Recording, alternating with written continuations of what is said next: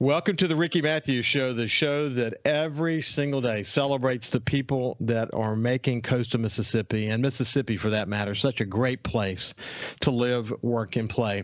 You know, if I go back and look at sort of the evolution of this show, it's always had a very similar theme, and it is to talk to people who are inspiring others in the community, others, talk to others who aren't looking for recognition, but that can add something to the conversation that can move coastal Mississippi forward.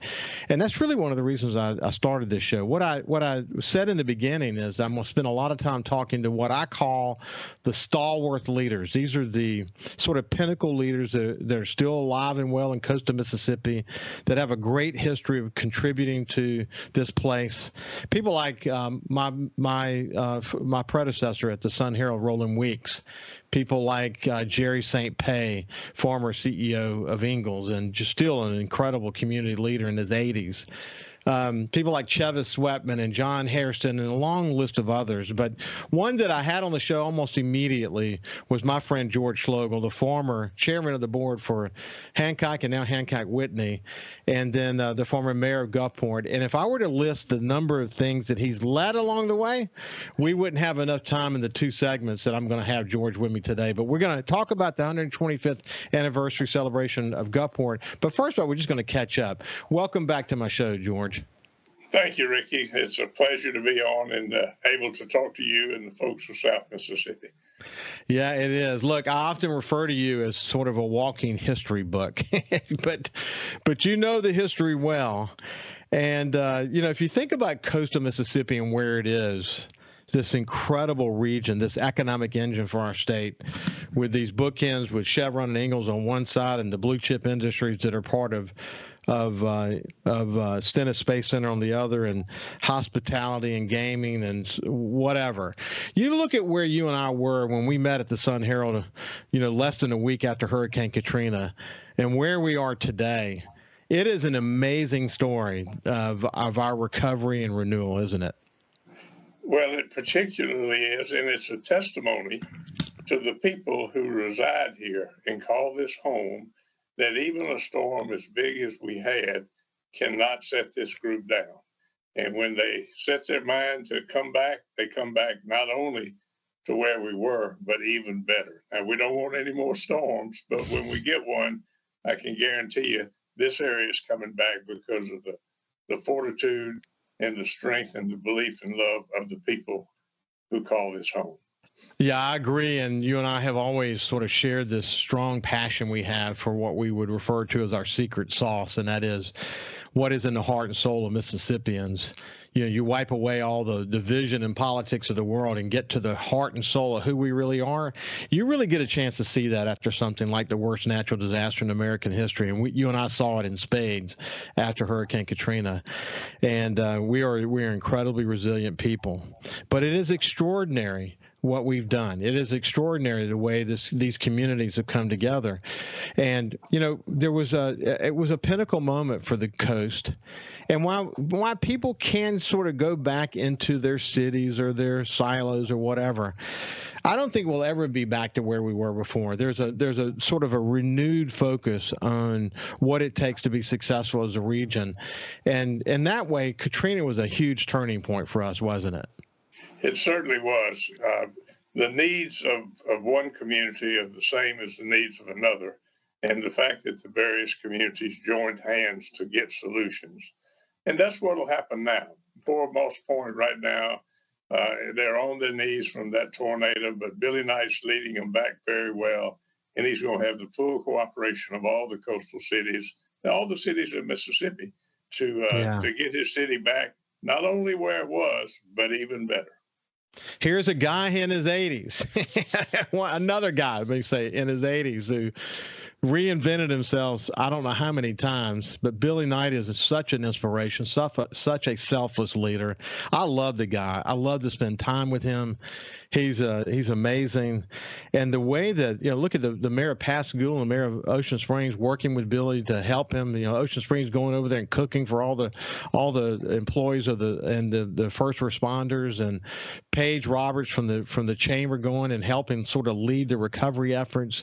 It's awesome, man. It's great great to see the way we work together. We are one coast, and we're acting in that way. That is for sure. Hey, listen, every city is going to have its competitive advantages, and they're going to be competitive in their unique ways. But when it comes to common issues, we have a way of coming together, and we're incredible, and from a resiliency point of view when it comes to that.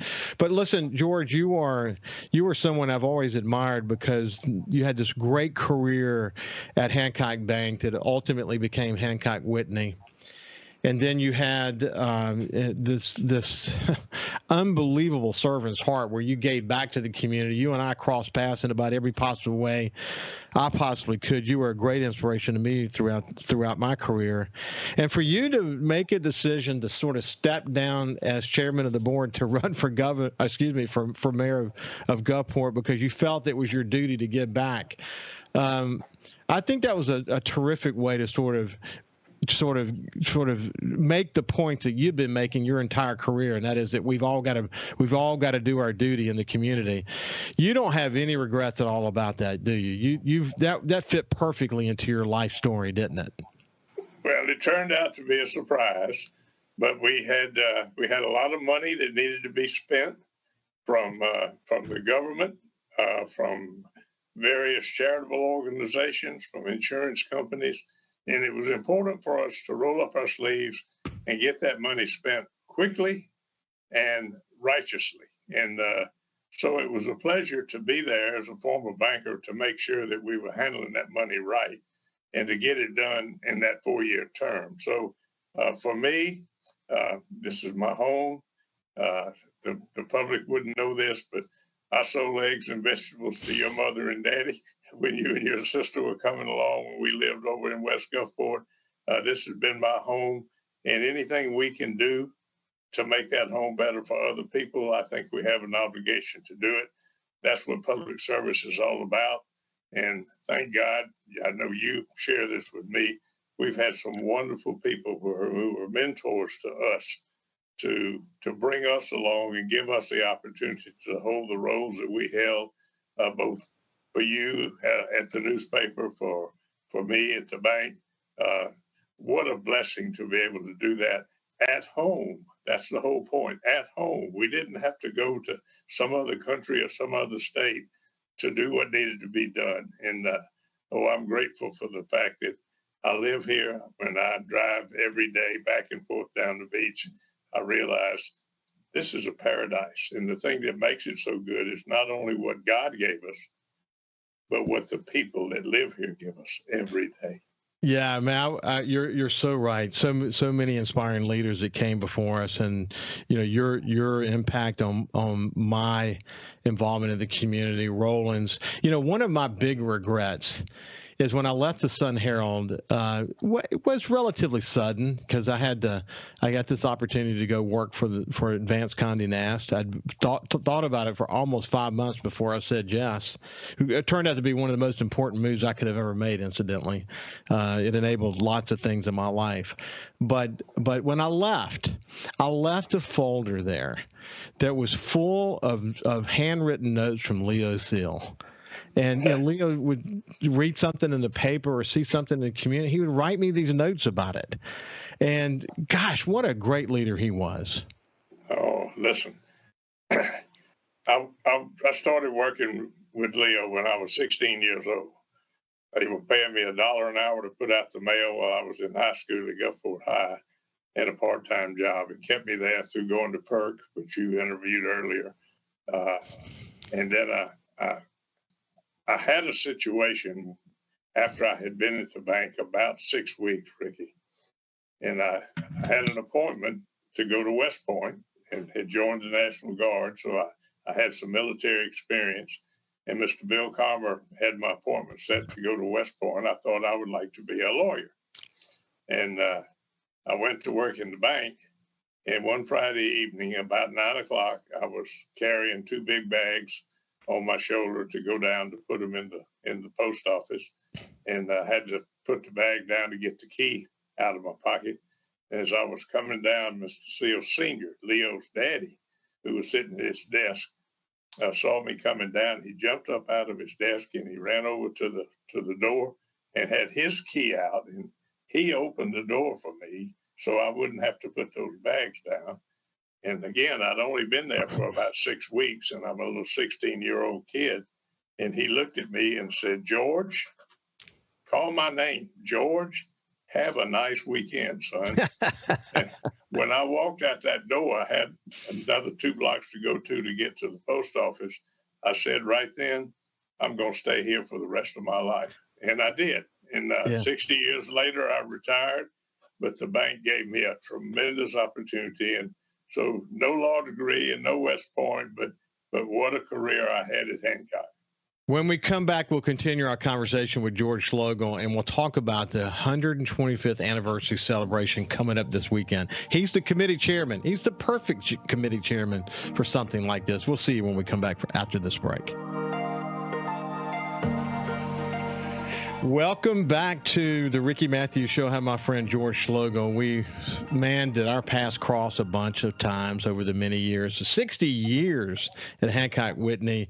As he pointed out before we went to the break, he was in the 1950s working in the mailroom and worked his way up to CEO of the company. And what a consummate community leader he was. That's why I refer to him as a stalwart leader. Hey, we're going to talk about the 125th anniversary celebration, but I got one more comment I want to make about Leo. I remember early in my career, I was at a meeting. It was over in Hancock County, actually, and Leo was there. And I think the Sun Herald was a sponsor of something to do with the United Way or the Chamber. And Leo was there, and he said a couple of words on behalf of what he saw, this vision that ultimately became Infinity. And afterwards, he kind of did a beeline over to me, and he said, listen, I want to come by and talk to you. I want to explain to you the role that science and math plays in the lives of young people, and why Infinity is going to be this incredible dimension added on to Stennis that's going to really raise the specter of the importance of exploration, but really getting to the bottom of helping kids understand the importance of science and math.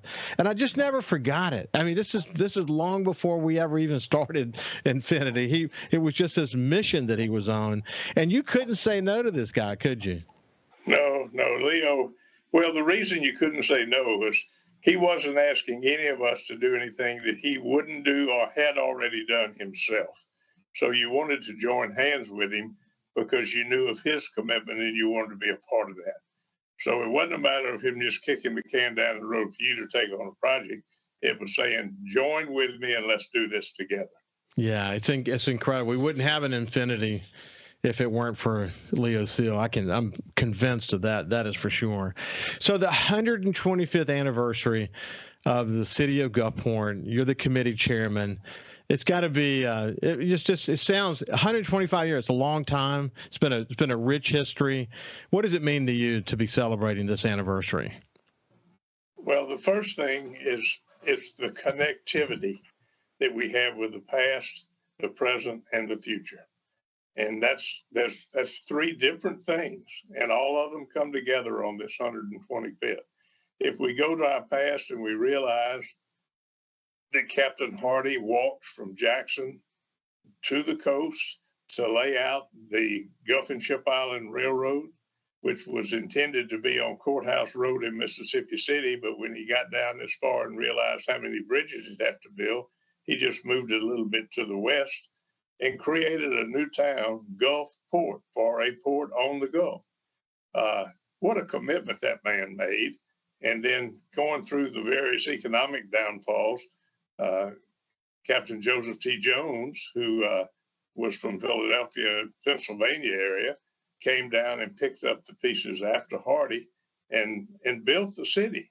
And he built it in an area that really was not much of anything other than pine trees. But he turned those pine trees into the port, with the #1 port in the world for the exportation of pine trees. What a remarkable beginning by 2 pioneers who had served against each other in the Civil War. Then we come to the period after that, when the coast has grown, not just Gulfport, the whole coast has grown city by city, with a lot of personal pride. And as you say, one coast really. But then look into the future. If we see what has been given to us, we have this party on Saturday of this weekend. And it's a party to bring together the people who have been a part of Gulfport and for them to join hands and say, we love our past, we love our present, but we really love our future. And we're committed to having a good time down in Jones Park, complete with music and fireworks and food and fellowship. A big event for children, Ricky, big event. Down there's going to be displays from the Lynn Meadows Discovery Center, from the new train depot. I'm talking about the model train depot from the John Robinson flight program, from the Gulfport CBs, which just recently had their big anniversary, from Camp Shelby.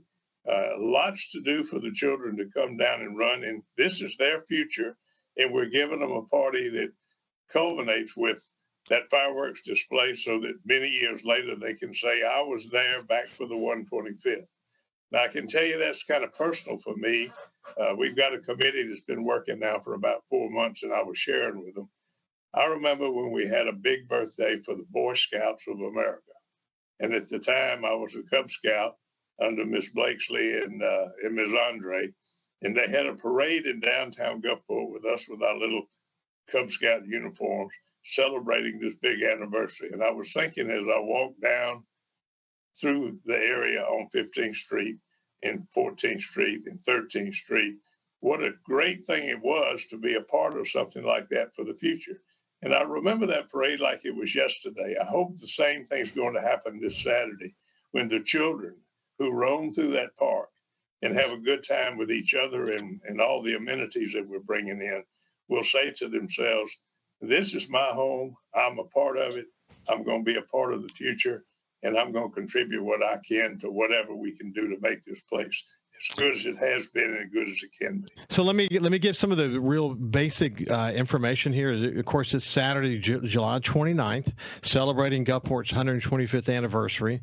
5:30 is the community parade that George was talking about. 6:30 is live entertainment. There's going to be fireworks at 8:30. And as he pointed out, it's for the kids. There's going to be games and bounce houses, food trucks, and a lot more. It's a great opportunity for the public to be involved in this great celebration. And I think the weather is going to be absolutely incredible. That's at least based on what I can see right now. You know, George, you think about the role the port has played, and you evolved through that rapidly because we don't have enough time to get into all those details, but to think that it's evolved from where it was to where it is today, now that we've got, you know, this focus on the blue economy, you know, in conversations with people like Roy Anderson, for example, Roy talks about his grandfather coming here and having the vision to understand that the port was going to play such a great role in the future of this region. Even today, if you talk to strategic planners, community planners, and they see this strategically important port there, that was such a vision to establish that port when it did, and the outshoots that have come off of that has economically been unbelievable, hasn't it? It certainly has, and the fact that we converted it from a Gulfport-owned port in the late 50s, which Leo Seal Jr. had a lot to do with, to a state port by the state picking up the bonded indebtedness and committing additional funds to build that port out. It then goes way beyond Gulfport. It goes all the way up to the Tennessee line as a state facility, and one of the best things the state of Mississippi has going for it. It is incredible what has happened there, man, and then all the infrastructure improvements, and it's pretty awesome. It's pretty awesome. 125 years. Listen, you and I could do multiple shows talking about the history of not just Gulfport, but the coast, and how all these dots fit together and the progress that we've made. And one quick point, coming back to Hurricane Katrina, I think one of the most amazing things we did coming out of Hurricane Katrina, working with Thad Cochran, who thank God he was in the position that he was in at that time.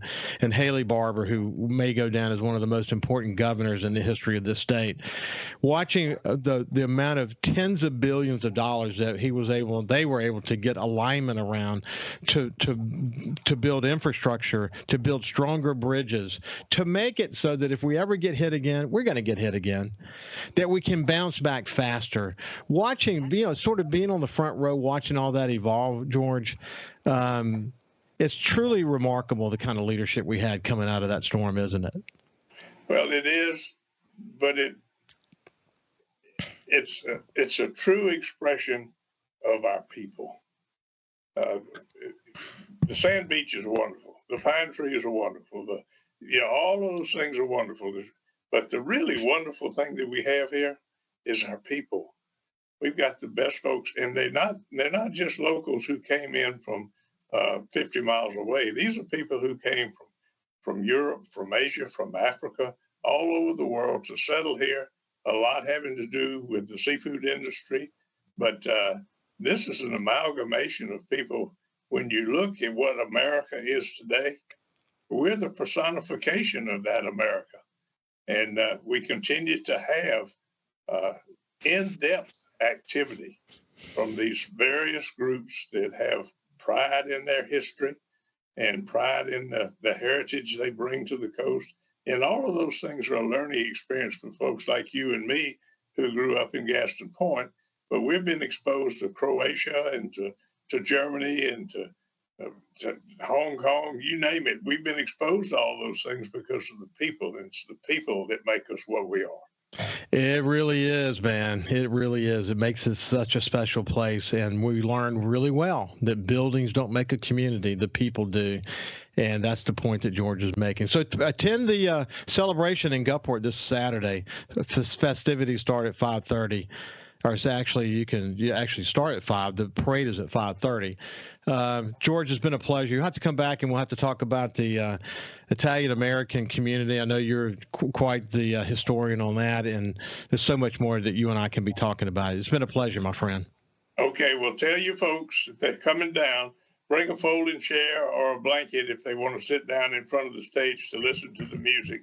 But come dressed comfortably and bring the young people and bring some of the folks that have helped make this place what it is today. It's going to be a great party. Happy 125th. You bet. Hey, we'll be joined by JT Mitchell from SuperTalk Mississippi News after this. We'll see.